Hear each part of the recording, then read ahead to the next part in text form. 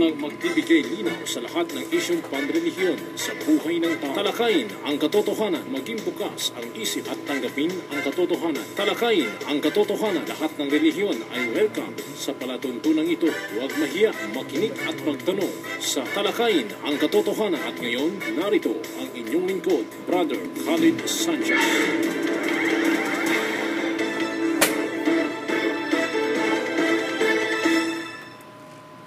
Ipagbadya o angkan ng kasulatan. Halina kayo sa isang salita, uusapan na makatarungan sa pagitan namin at ninyo, na huwag tayong sumamba sa iba maliban kay Allah, at huwag tayong magbigay ng anumang katambal sa Kanya, at huwag nating itakda ang ilan sa atin bilang Panginoon maliban kay Allah. At kung sila ay magsitalikod, inyong sabihin, maging saksi kayo na kami ay mga Muslim. Quran chapter 3 verse 64. Ang bahaging ito ay hatid sa inyo ni Brother Umar Banaang. Bismillahirrahmanirrahim. Subhanaka la ilma lana illa ma 'allamtana innaka antal alimul hakim. Assalamualaikum sa aking mga kapatid na mga Muslim. Magandang hapon po sa mga kababayang mga Kristiyano na nakikinig po sa hapong ito sa ating palatuntunan, ang Talakayin ang Katotohanan. Sa muli po, samahan niyo kami sa loob ng isang oras sa pagsagot at sa pagtalakay ng mga katanungan na ipinadala po sa atin. Ngunit bago po dyan ay nais ko po munang bigyan daan po yung ating panawagan. Ang ating pong tanggapan, ang Mindanao People Dawa Association, ay patuloy pa rin sa kanyang pamamahagi ng libreng Islamikong babasahin. Ang ating pong tanggapan ay matatagpuan sa panulukan ng Ruales at Sinsuat Street. Dito po yan sa lungsod ng Cotabato. Bukas po yan tuwing araw po ng Lunes hanggang Biyernes, alas 9 hanggang alas 5 po ng hapon. Maging ang ating branch ng ating tanggapan, ito po ay matatagpuan naman sa Notre Dame Avenue, dito po sa Cotabato City. Sa harap po yan ng Notre Dame University. At sa mga nais naman pong maging sa mga kababayan po natin na patuloy ang pagsasaliksik, pag-research online, ito po ating palatuntunan ay maaari na rin pong makita sa youtube.com. Ang gagawin nyo po lamang ay i-type or i-search yung ating pong pangalan, Khalid Sanchez. Doon po ay inyong makita ang iba't ibang paksa na atin pong tinalakay dito sa ating palatuntunan sa radyo. At huwag nyo pong kalimutan na i-like po yung ating Facebook page na Bro Khalid Sanchez para po sa karagdagang update may kaugnayan sa da'wa. At sa mga gustong maging bahagi ng ating palatuntunan, ang atin pong hotline ay 0915-50-63652. Ulitin ko po, 0915-50-63652, 0915-50-63652. Diyan nyo po ipadala ang inyong mga katanungan. Okay, no? Sa hapong ito ay kasama ko pa rin po yung ating pong tagabasa na isa pong hafiz, si Sheikh Morris Kabugatan. Siya po ay nakapag-memorize sa ulado niya po ang buong Quran, and that is from cover to cover. Isang bagay po na napakaganda, no? Sa Quran, sapagkat ito pala ay kayang ma-memorize ng buong buo. Mula sa unang kabanata hanggang sa huling kabanata ay may nakamemorize ng maluwalhating Quran. Isa pong pagpapatunay na ang maluwalhating Quran ay hindi na bago. Ito po ay na-preserve sa mahabang panahon dahil sa pag-memorize ng mga tao. At ito na nga ay kasama natin. So, okay ka na, Sheikh, no? Okay, prepare na po yung ating kasama. Ngunit bago po dyan ay nais ko po munang bigyang daan po yung atin pong mga greetings po muna, no? Binabati ko nga po pala yung atin pong mga tagapakinig sa iba't ibang dako po ng daigdig. Kay Brother Omar Banaag po ng Luzon, kay Sister Jane Pandalanga ng Abu Dhabi, kay Engineer Pizan Gamaludin at Engineer Nuruddin Bila po ng Qatar, kay Brother Abdullah Gayak ng Cotawato Hardware. Kung kayo po ay merong mga pangailangan sa construction, diyan na po tayo pumunta sa ating kapatid sa kanyang hardware po sa may Mabini Street, dito po yan sa Cotabato City. Kay Brother Ibrahim Mendez, kay Sister Aisha Coramerioles po ng Europe, at ako rin po ay nagpapasalamat kay Dr. Abdul Kahar Kumpa ng Al-Hadita Mindanao College po dyan sa may Labangan sa Zamboanga. Malapit po yan, papasok ng Pagadian City. Sa kanya pong pagbigay po ng pagkakataon na tayo ay makadalo, maging bahagi po ng isang national conference na katatapos lamang na isinagawa sa lungsod po ng Davao kahapon, ano? Kasama ko si Sheikh Morris doon. At sana po ay biyayaan tayo, ano po, ng dakilang tagapaglikha, pagpapalain sa mga gawain katulad niyan. Sa inyong lahat, Assalamualaikum warahmatullahi wabarakatuh. At Sheikh, unang katanungan mula po kay Texter 0918-92-13831. Salam Brother Khalid. Waalaikumsalam warahmatullahi. Ano po ba ang iyong reaksyon sa mga nangyayaring kontrobersiya ngayon sa relihiyong Iglesia ni Cristo, katulad ng korupsyon? Allahu Akbar. Bago ko nga lang pala nalaman, Sheikh, no, na meron palang kontrobersyal ngayon, kontrobersiya na nangyayari sa hanay ng relihiyong Iglesia ni Cristo. Ito ay may kaugnayan daw sa tinatawag, Sheikh, na pangungurakot ng korupsyon, na kung saan ay isa sa mga ministro ng Iglesia ni Cristo ay nag-akusa, Sheikh, na ang pera daw sa Iglesia ni Cristo ay napupunta sa hindi tama. Nakukurakot daw, no? At yun nga po, ito ang kanyang mga expose, dahilan, Sheikh, para daw siya ay ma-detain. Yan yung mga balibalitang nagkalat ngayon maging sa mga national TV. So, itong kapatid po natin ay nagtanong sa atin at gusto niyang hingiin yung ating reaksyon tungkol sa bagay na yan, no? Reaksyon. At katulad po ng lagi namin sinasabi, magre-react tayo base sa ating nababasa sa ating maluwalhating Quran, Sheikh, sapagkat ito naman talaga ang dapat nating babasahin. At of course, dahil nga sinabi na rin ng dakilang tagapaglikha na kung saan sabi niya na meron talagang mga pari, pastor, ministro, sabihin natin mga leader ng iba't ibang simbahan, Sheikh, na nagpakasasa, sabihin natin, sa kayamanan ng kanilang miyembro, sa kayamanan ng sangkatauhan, ng miyembro nila. Nagpakasasa. Ibig sabihin parang ginagamit, no, yung pera ng miyembro nila. Yun ang sabi po eh. Ito basahin natin sa chapter 9, ang talata po ay 34 ng Quran. Ganito po ang sinasabi. Iqra. A'udhu billahi minash shaytanir rajim. Bismillahirrahmanirrahim.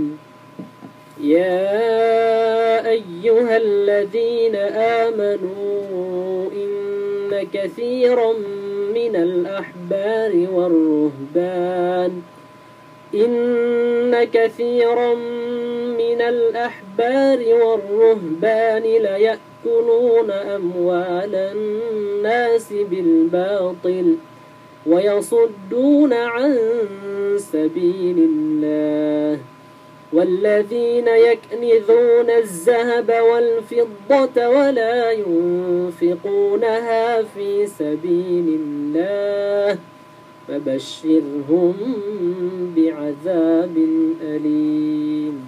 Ang talatang yan ay hatid sa inyo ni Sister Donabil Gary. Ganito po sa kanyang pinakamalapit na kahulugan. O kayong nagsisampalataya, katotohanang marami sa mga Hudyong rabbi, maalam sa relihiyon, at mga Kristiyanong monako pari, sama diyan ang pastor, ang nagpapasasa sa kayamanan ng sangkatauhan. So mga katuwid, Sheikh, hindi bago para sa ating mga Muslim na meron tayong marinig na isang relihiyon na inireklamo ang kanilang miyembro or inireklamo ng miyembro yung kanyang pastor, no? Nireklamo sapagkat nagpakasasa sa kayamanan yung leader ng kanilang simbahan. Isang bagay na hindi po bago. Alam niyo po, kung titingnan po natin sa Biblia po ng ating mga kababayang mga Kristiyano, kung tutuusin, Sheikh, no, libre dapat itong relihiyon. Free. Wala dapat bayad. Alam po natin na kapag meron pong kita, kapag meron pong pera, abay meron pong korupsyon.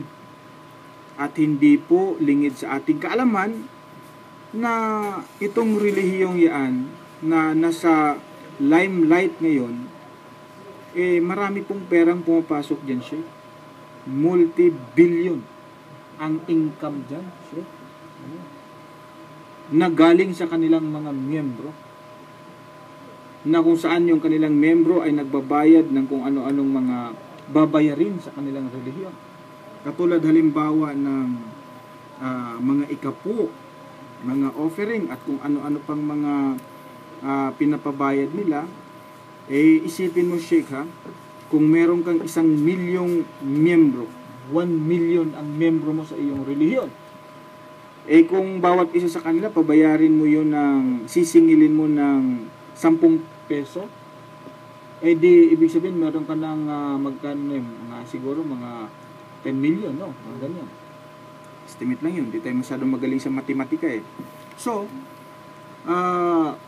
paano pa kung sobra pa doon ang kanilang bilang? Ano ba dapat para sa kaligtasan ng tao? Dapat ba may bayad yan upang ang tao ay magkaroon ng kaligtasan? Ano bang sabi ni Kristo? May bayad ba o wala? Ganito ang sabi ni Kristo. Basahin ko po. Para po sa mga membro nila na nakikinig po, no, sa atin. Para mamulat na rin po tayo sa katotohanan. Ganito ang sinasabi ni Kristo sa Mateo 10. Ang talata po ay 8, sabi niya, mangagpagaling kayo ng mga may sakit, mangagpabangon kayo ng mga patay, mangaglinis kayo ng mga ketong, mangagpalabas kayo ng mga demonyo. Tinanggap ninyong walang bayad, ay ibigay ninyong walang bayad. Dapat pala talaga siya libre, walang bayad. Yun ang sabi po ng Biblia. Walang bayad. Ngayon po, dahil nga may bayad, nakakaepo ng pera, abay hindi maiwasan na may korupsyon. Nagkaroon ng korupsyon ngayon, no? Issue. At ang bagay na yan ay kailangan yan, kailangan dyan yung mga membro mismo ay mamulat sa katotohanan. Sapagkat may relihiyong nagsasabi na sila ang matuwid. Katulad halimbawa, yung Iglesia ni Cristo, abay, pinopromote nila, Sheikh, na sila ang matuwid na relihiyon. Meron pa nga silang programa na ipinangtapat doon sa ang dating daan. Ang kanilang programa ay pinangalanan nilang ang matuwid na daan. Yun naman ngayon ang pangalan, ang matuwid na daan. Kasi kiniklaim nila na sila ang matuwid.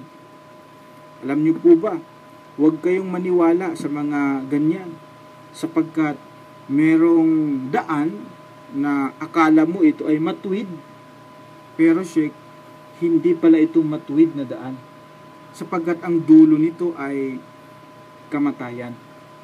Akala mo lang matuwid na daan, pero distraction, kamatayan pala ang dulo nito. Ganun po ang sinasabi sa Biblia, halimbawa sa Aklat ng Kawikaan, sa Kapitulo 14 po, ang talata ay 12, ganito po ang sinasabi.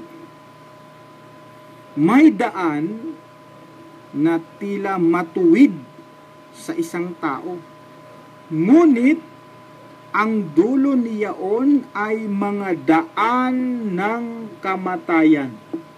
Akala mo lang matuwid na relihiyon, akala mo lang matuwid na daan ang binabagtas mo, yung po pala, mapapahamak ka sa relihiyon ito. After all, sapagkat, yan, ang pinakamasakit dyan, Sheikh, maliban sa ipapahamak na yung spiritual na aspeto ng buhay mo, abay, huhut-hutin pa ang bulsa mo. Uubusin ang pera mo. Sa relihiyong yan, ang yumayaman po, yung mga, mga opisyal, mga ministro, mga leader ng simbahan, ang yumayaman. Pero po yung mga membro, abay, mahirap. Dahil nga ang relihiyon na yan ay itinayo para sa pera. Business yun. That is negosyo. Ito po ay prangkahang pagsasalita dahil wala namang membro dyan ang hindi nagbibigay ng kanilang pera sa kanilang simbahan. At ang tinitindigan po namin ay yung sinabi ni Kristo. Sabi niya, tinanggap niyo walang bayad, ibigay ninyo walang bayad. Libre. Bakit kayo nagpapabayad ngayon? Diba? Ganun lang po kasimple yun. Walang bayad, sabi ni Kristo. Yung kaligtasan dapat walang bayad. Libre dapat yun. Ngayon, ang mga member ngayon, kahit na pambili na lamang ng ulam, abay ibibigay pa doon. Sabi nga ni Kristo, walang bayad. Pero itong mga pastor na to, mga mangangaral ng relihiyon, nanghihingi po sila ng bayad. Kaya pala itong mga ministro nila napakabait kung magsalita. Hindi makabasag pinggan kung magsalita. Kala mo kung sinong mga mababait na mga tao kung magsalita. Yun pala, estratehiya yun para mapagpirahan niya ang kanyang membro. Ganun naman talaga Ito po, Judas 1, 12 at 16 ng Biblia. Ganito ang sinasabi. Ang mga ito ay pawang mga batong natatago sa inyong piging ng pag-iibigan. Kung sila'y nakikipagpiging sa inyo, sino sila? Mga pastor na walang takot, na nangagpapasabsab sa kanilang sarili. 16. Ang mga ito ay mga mapagbulong, mga madaingin, na nangagsisilakad ayon sa kanilang masasamang pita, na nangagpapakita ng galang sa mga tao dahil sa pakikinabangin. Yung mga pastor daw, yung mga mangangaral ng iba't ibang relihiyon na yan, nagpapakita ng galang sa tao. Dahil pala meron siyang pakinabang na makuha dito. Pera. Ang totoong relihiyon po, hindi po nanghihingi ng pera yan. Sabi ni Kristo, tinanggap ninyong walang bayad ay ibigay ninyong walang bayad.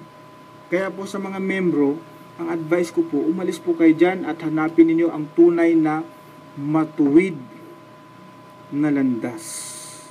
maring itanong niyo po sa akin, ay ano po ba ang matuwid na landas? Ito po ang matuwid na landas. Ang matuwid po na landas. Napakaliwanag po ayon po sa chapter 19.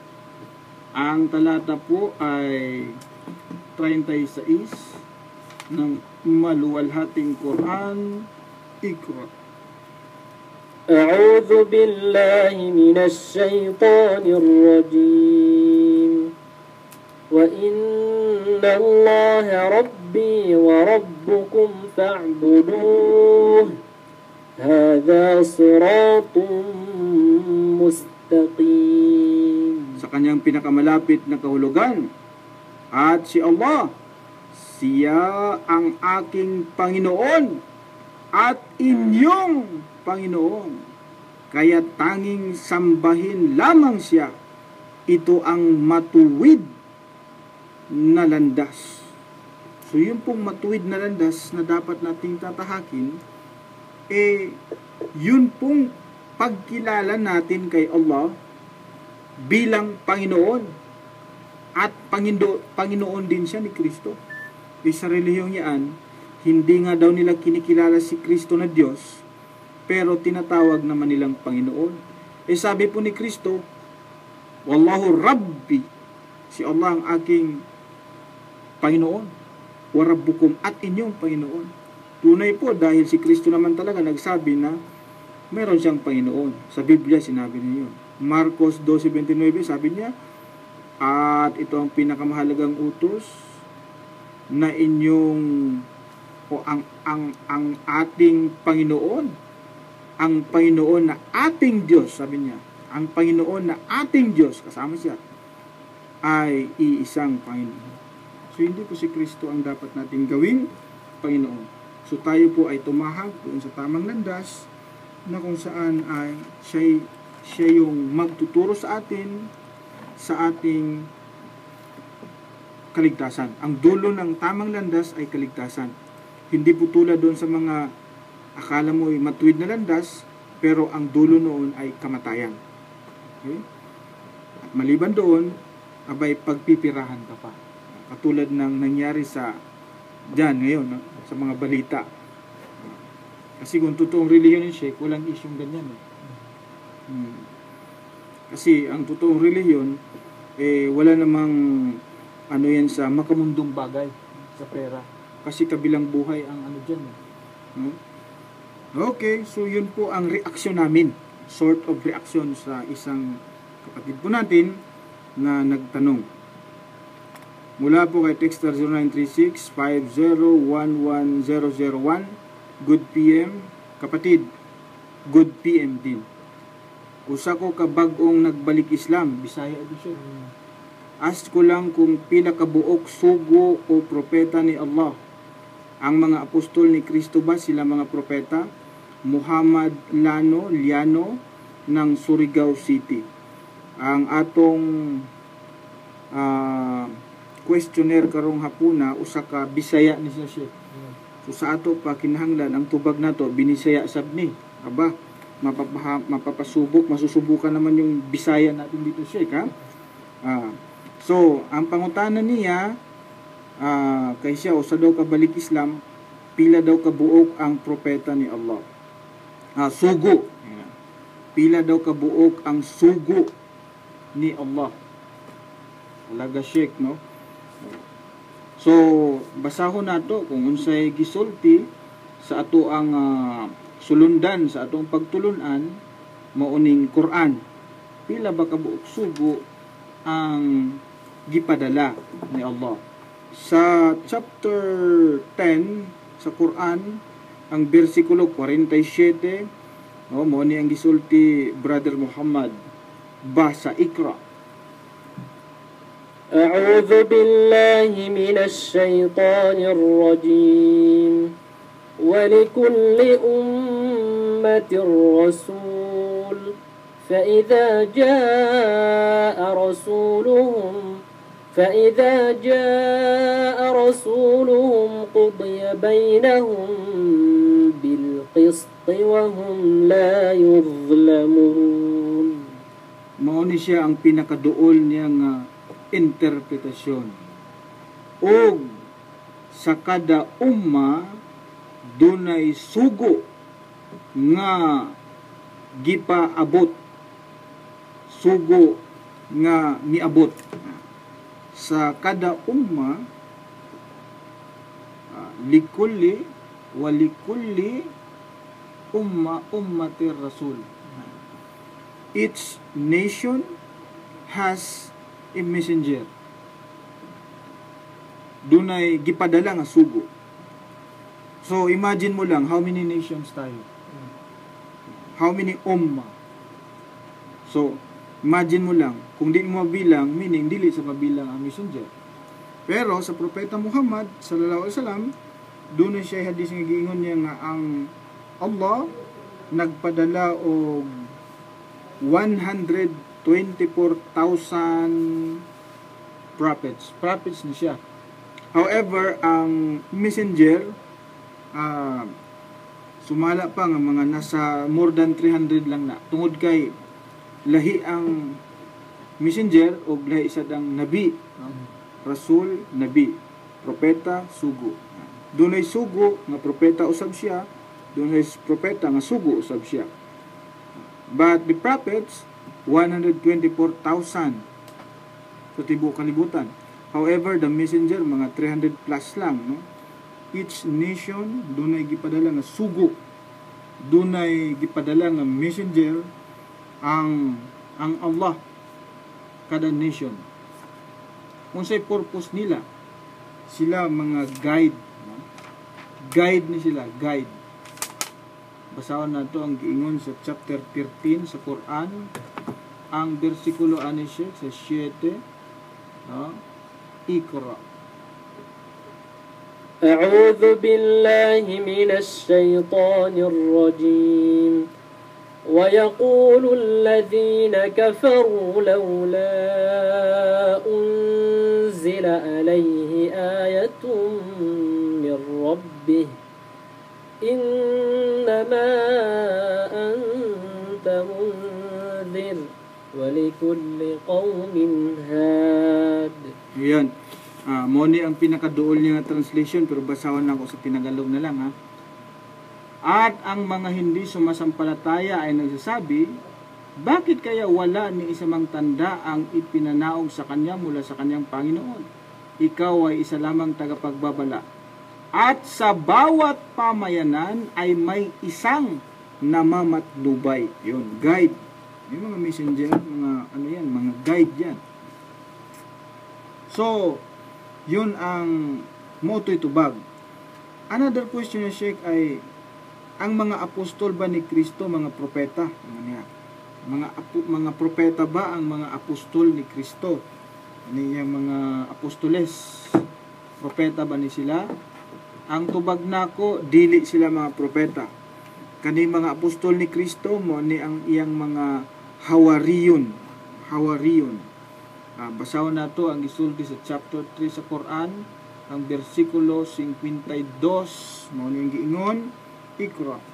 أعوذ بالله من الشيطان الرجيم فلما أحس عيسى منهم الكفر قال من أنصاري إلى الله قال الحواريون نحن أنصار الله آمنا بالله واشهد بأننا مسلمون. Mao ni ang pinakaduol niya nga translation. At nang mapag-alaman ni Jesus ang kanilang kawalan ng pananampalataya, siya ay nagsabi, sino baga ang aking makakatulong sa kapakanan ni Allah? Ang hawariyon, yun, close and open parenthesis, mga disipulo, hawariyon, ay nagsabi, kami ang mga tagatangkilik o katulong ni Allah. Kami ay sumasampalataya kay Allah at ikaw, Jesus, ay magbigay saksi na kami ay mga Muslim. Ha? Yung mga hawariyon pala, yung mga apostoles, yung mga alagad ni Kristo, sila di ay, kini sila mga Muslim siya. Dili sila mga Christian. Mga Muslim sila. mga hawariyon o hawariyon, mga apostoles ni Kristo, mga Muslim ni sila. Muslim tungod kay nagasunod sila sa kalooban, kagustuhan sa Dios. Dili sila Kristiyano nga naman. Sa panahon ni Kristo wala pa man gigamit ang pulo nga Kristiyano. During the time of Jesus, walay gitawag nga Kristiyano. Ang pulo nga Kristiyano o Kristiyano nigawas lang ni siya kadtong wala na si Kristo sa yuta. Tapos dili pa gyud sa Jerusalem unang gigamit ang pulo nga Kristiyano. Dito ni siya gigamit sa Syria, sa usa ka syudad didto nga ang pangalan Antioquia. Dito gigamit ang pulo nga Kristiyano, unang gigamit. Sa Gawa 11 bersikulo 26 sa Tagalog mo niyang gisulti. At nang siya'y kanyang masumpungan ay kanyang dinala siya sa Antioquia, at nangyari na sa buong 1 taon sila'y nakisama sa iglesia at nagsipagturo sa maraming tao. At ang mga alagad ay pinasimulang tawaging mga Kristiyano sa Antioquia. No, sa Antioquia, dito unang gitawag ang mga alagad nga Kristiyano. Dili sa Jerusalem, dili sa panahon ni Kristo. That is why, dili sila mga Kristiyano. Kadtong mga alagad mismo, itong mga alagad nga 12, no? ni Kristo. After Jesus Christ, sulpot si Pablo, ayan, siya ang naggamit sa pulo nga Kristiyano. Mga alagad niya, gitawag nga Kristiyano. Okay. So, mauna ang atong tubag sa ka-brother nato nga nangutana, si Brother Muhammad Iliano. Texter 966-5349-83008. Assalamualaikum bro. Waalaikumsalam. Tanong ko lang, binanggit ba si Muhammad sa Biblia at Quran? Si Ali Del Pilar ng Saudi Arabia. Salamat ng marami bro at sana'y gabayan kayo ng Allah sa pagpapalaganap ng matuwid na landas at pagsamba lamang sa isang Diyos ng matuwid na landas at pagsamba lamang yun, sa isang Diyos. Maraming salamat kapatid na Brother Ali Del Pilar ng Saudi Arabia. Ang tanong niya ay meron daw bang binabanggit sa na Muhammad sa Biblia at Quran? So, tanong niya. Abay, meron po, no? Both books are mentioning Prophet Muhammad sallallahu alaihi wasallam. However, ang isa ka Muslim nagatuo siya nga naniniwala siya na binabanggit ng ibang kasulatan ang Propeta Muhammad sallallahu alaihi wasallam. Halimbawa sa Taurat at Injil, binabanggit siya doon. Hindi dahil binanggit ng Taurat o Injil, kundi dahil ito'y binanggit ng Quran. Yun dapat. Dahil binanggit ng Quran. Take note. Kasi po, ang batayan ng paniniwala ng mga Muslim ay yung Quran at hindi yung Biblia. So, naniniwala tayo na binanggit ng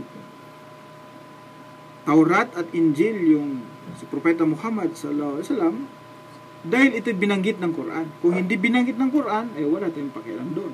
So, saan sa Quran binanggit? Chapter 7, aya po ay 157 ng Quran. Ganito po sa Arabic, Iqra. أعوذ بالله من الشيطان الرجيم الذين يتبعون الرسول النبي الأمي الذي يجدونه مكتوبا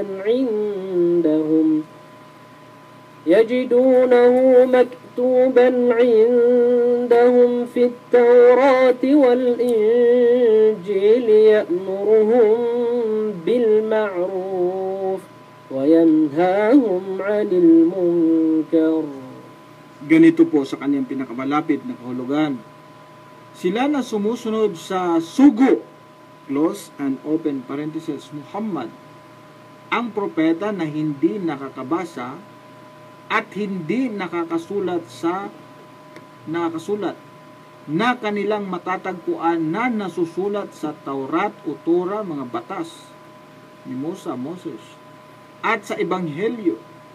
Siya ay nagtatagubilin sa kanila ng Al-Ma'aruf, ito yung pagsampalataya sa kaisa ni Allah at pagsunod sa lahat ng kanyang ipinag-utos, at nagbabawal sa kanila ng Al-Munkar, ibig sabihin kawalan ng paniniwala, pagsamba sa Diyos-Diyosan, at paggawa ng lahat ng masasama na ipinagbabawal sa Islam.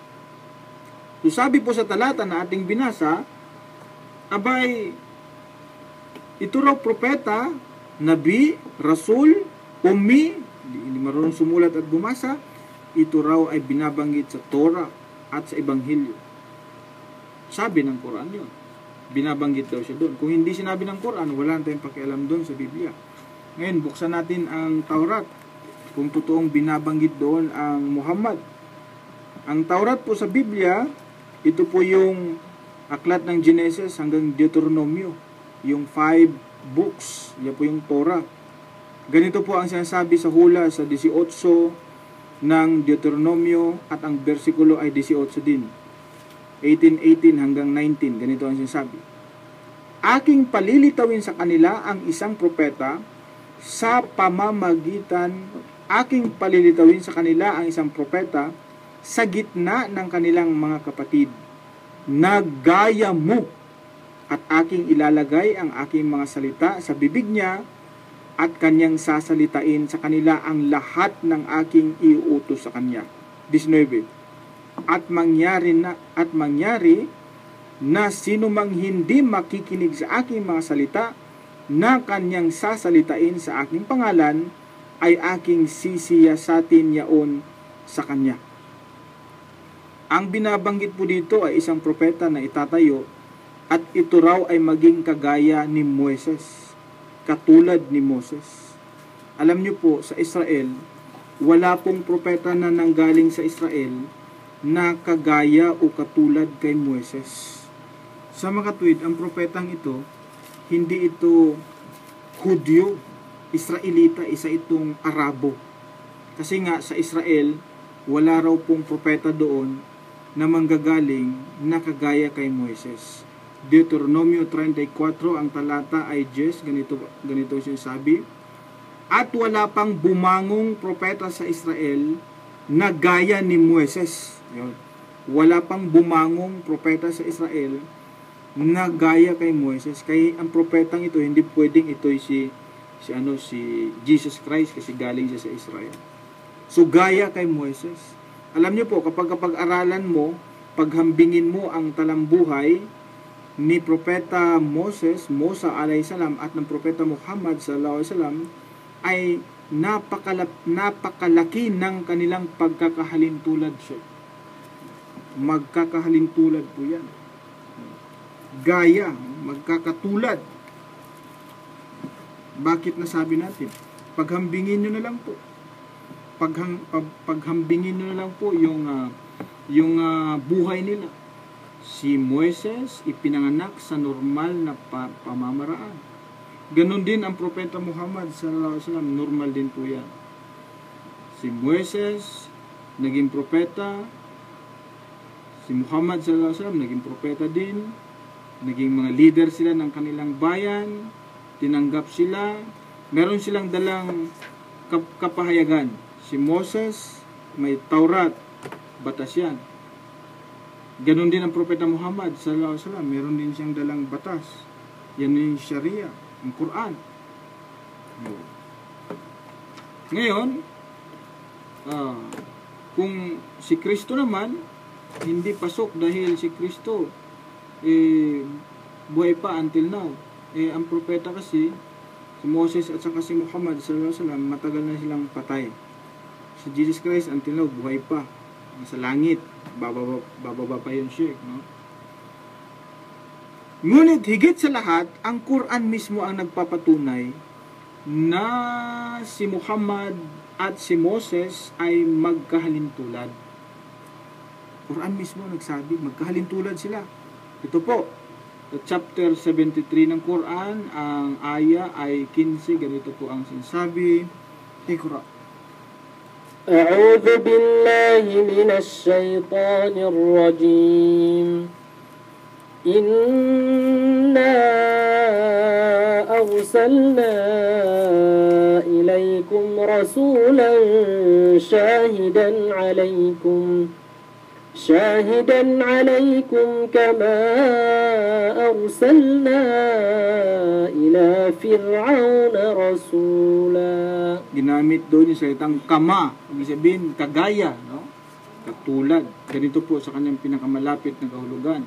Katotohanan, kami ay nagsugo sa inyo ng isang sugo na magiging saksi sa inyo kung paano kami nagsugo ng isang sugo kay Moises, kay Paraon. So, sa talatang yaon, pinapatunayan po na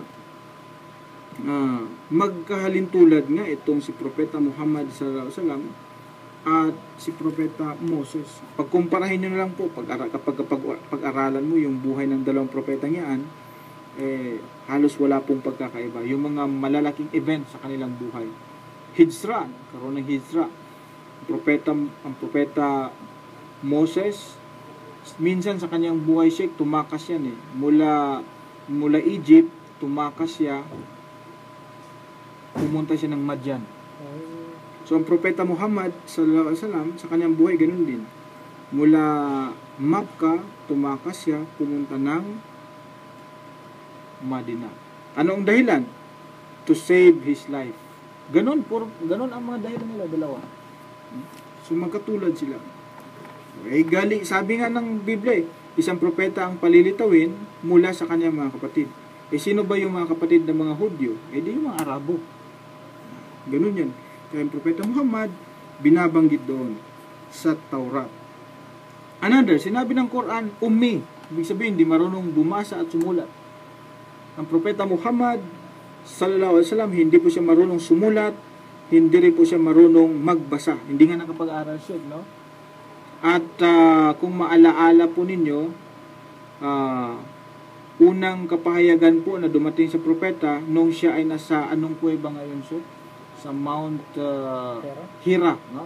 Na kung saan ang propeta doon ay nagmuni-muni at dumating sa kanya yung si Malaika Jibril, no? Si Angel Gabriel.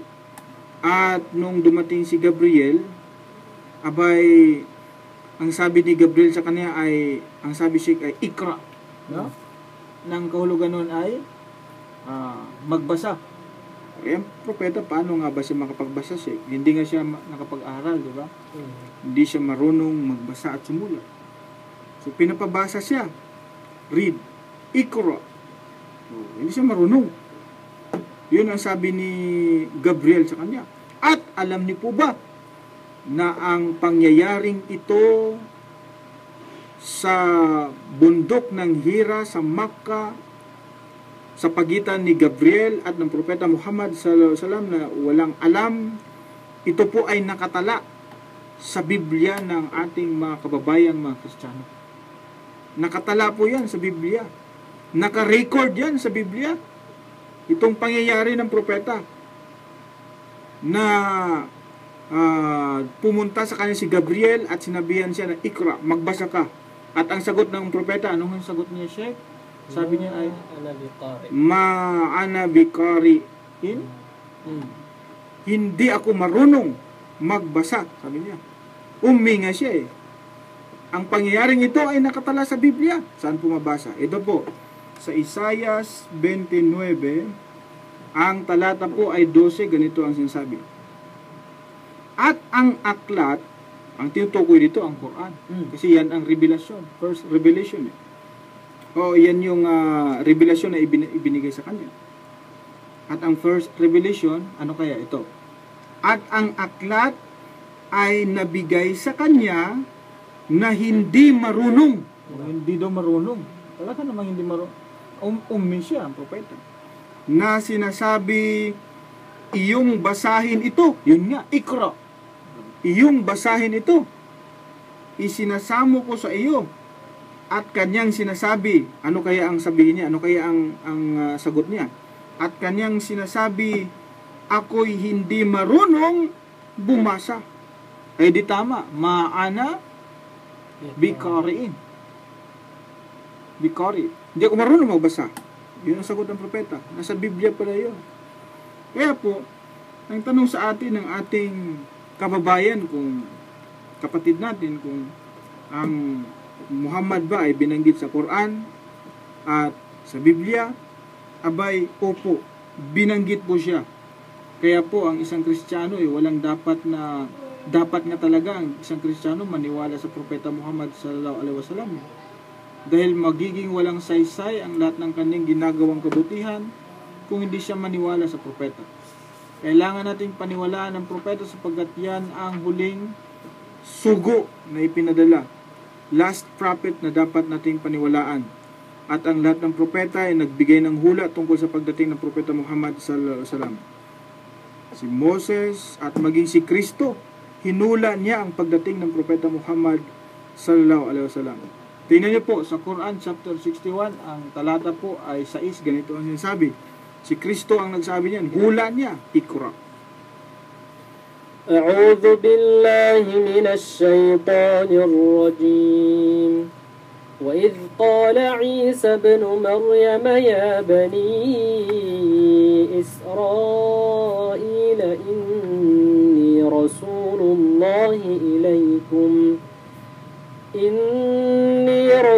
الله إليكم مصدقا لما بين يدي من التوراة ومبشرا برسول يأتي من بعد اسمه أحمد فلما جاءهم بالبينات قالوا هذا سحر مبين. Ganito po ang kanyang pinakamalapit na kahulugan.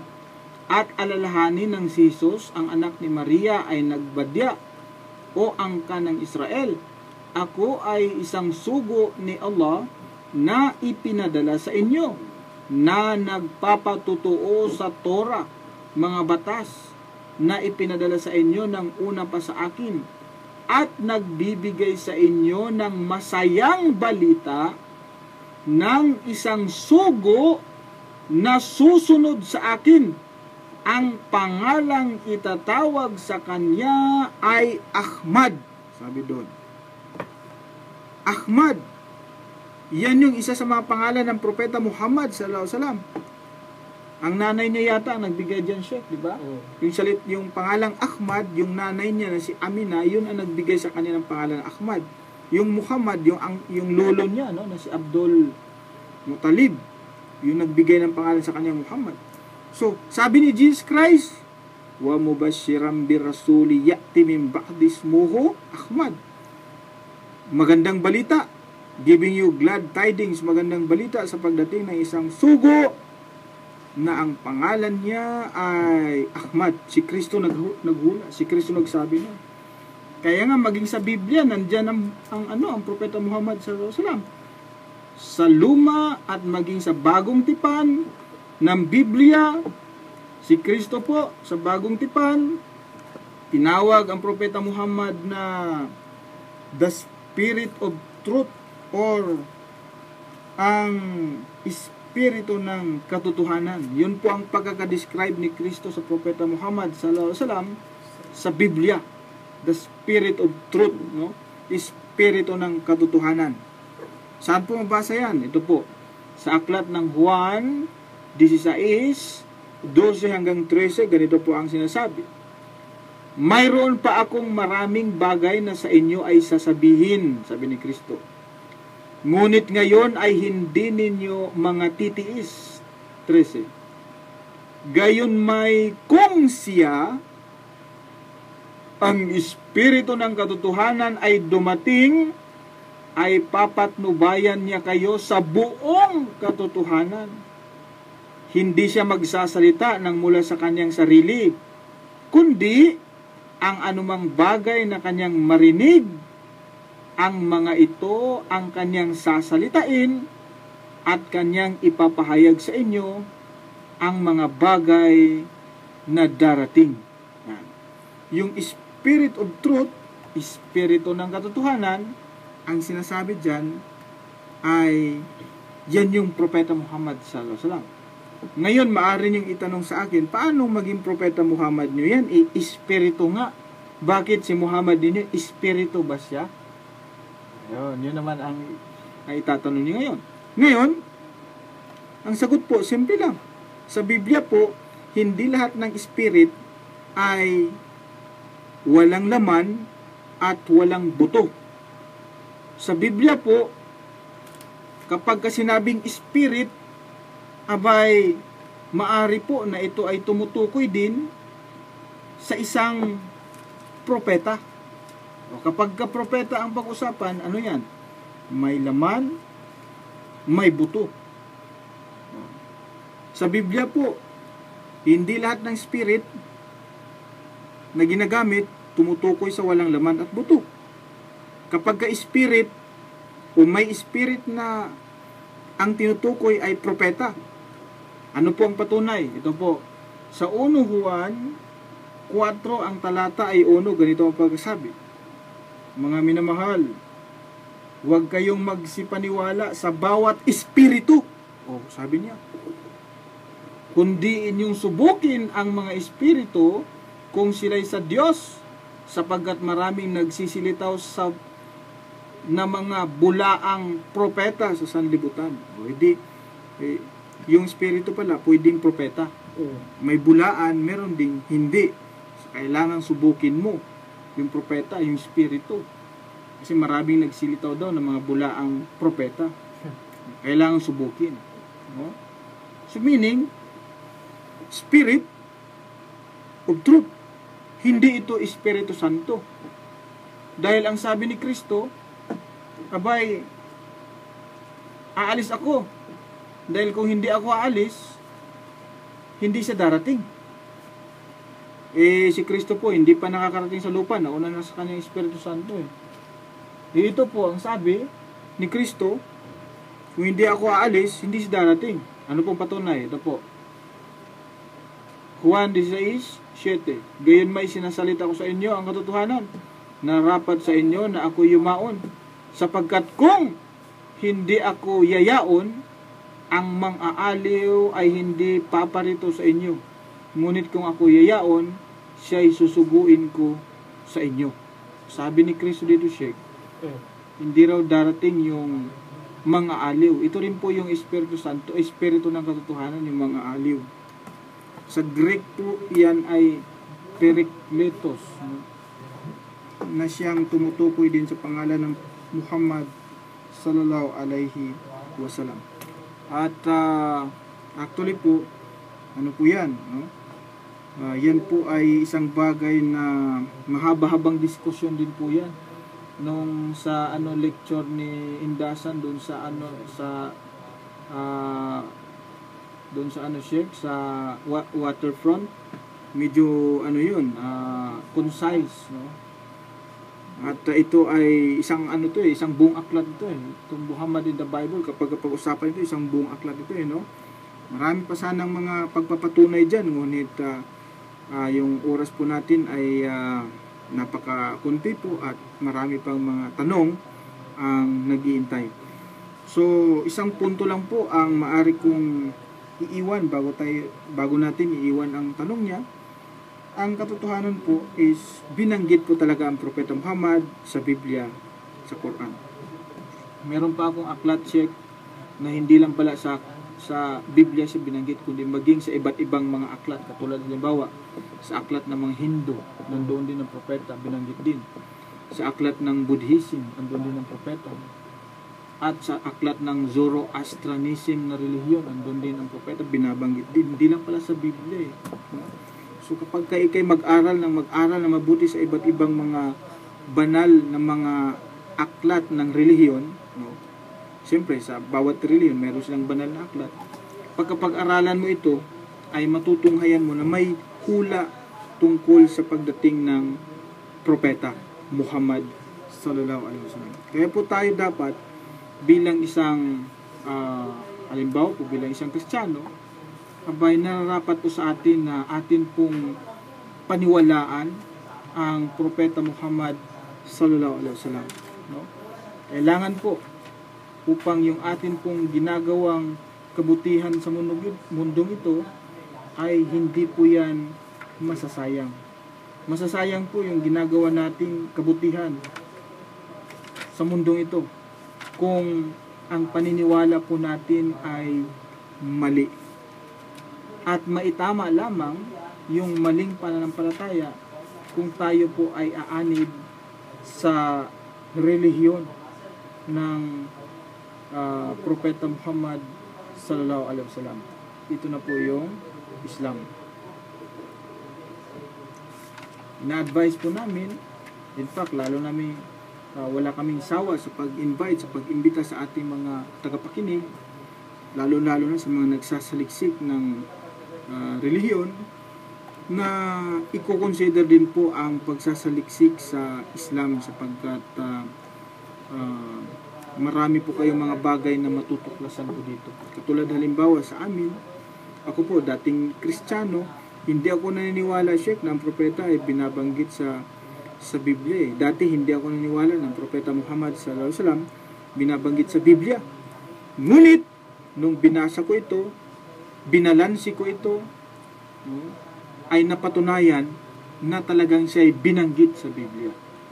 Eh kung yung si Hitler nga may hula ang Biblia tungkol sa kanya, yung mga giyera, yung mga lindol may hula ang Biblia, at kung ano-ano pang mga imbensyon ng tao may hula ang Biblia. E paano pa kaya kung tungkol naman sa isang tao na mula sa kanya ay lumabas ang mahigit 1 bilyon katao na tagasunod niya, followers? Walang sinasabi ang Biblia tungkol doon? Ang sagot po, meron. At kailangan po nating maniwala sa kanya sapagkat siya po ang Khataman Nabiyin, the last of the prophets, ang sagka sa mga propeta. Kailangan po natin siyang paniwalaan, kailangan natin siyang sundin upang magkaroon po ng saysay ang ating mga ginagawang kabutihan sa mundong ito. Kung ikay Kristiyano at kung ikay naniniwala kay Kristo, hindi pwedeng hindi ka maniwala kay Propeta Muhammad sallallahu alaihi wasallam dahil si Kristo nagsabi na pagkatapos niya merong darating na sugo, may darating na propeta. Sabi nga ni Kristo, meron pa akong sasabihin sa inyo. Yung binasa natin talata kanina. Ngunit hindi nyo ito kaya. Sabi niya, hintayin nyo ang pagdating niya sapagkat siya ang magsasabi sa inyo ng buong katotohanan. Ang tinutukoy ay ang pagdating ng Propeta Muhammad sallallahu alaihi wasallam. At lahat ng katotohanan tungkol kay Kristo sinabi niya. Lahat ng katotohanan para sa kaligtasan ng tao ay inilahad ng Propeta Muhammad sallallahu alaihi wasallam. Kaya po, kami po ay hindi po magsasawa na sa inyo ay mag-imbita. Hindi po kami magsasawa na patuloy kayong aanyayahan sa matuwid na relihiyon sa Islam. Sapagkat nandito po ang ating kaligtasan, nandito po ang ating tagumpay sa kabilang buhay. Nawa po ang palatuntunang ito ay magbigay sa inyo ng mga mabubuting aral. Huwag niyo pong isipin na kami ay narito upang kayo ay aming kutyain. Hindi po. Ang amin po lamang ay paglalahad ng katotohanan. At humihingi po ako ng patawad kung sakaling mayroon po mga bagay na akin pong nasabi na ito po ay hindi naging maganda sa inyong mga pandinig. Hinihingi ko po ng paumanhin o kapatawaran po yan. Ang sa akin po lamang ay ang ma-share sa inyo ang katotohanan. Wala na tayong oras, Sheikh. May mga tanong pa po, ngunit katulad ng sinasabi ko ay kulang po yung ating oras para sa inyong mga tanong. Sa mga tanong na hindi nabasa sa next program natin, sikapin natin na mabasa natin, Sheikh, no? yung kanilang mga katanungan. At sa mga nag-text din po, inshallah sa susunod na palatuntunan. Hanggang sa muli po, ito ang inyong lingkod, sa ngalan ng aking kasama. Maraming salamat, Sheikh Morris. kabugatan. Ito po ang inyong lingkod, Brother Khalid Sanchez. Assalamualaikum warahmatullahi wabarakatuh. Ang inyong pong napakinggan ay isang bayad na programa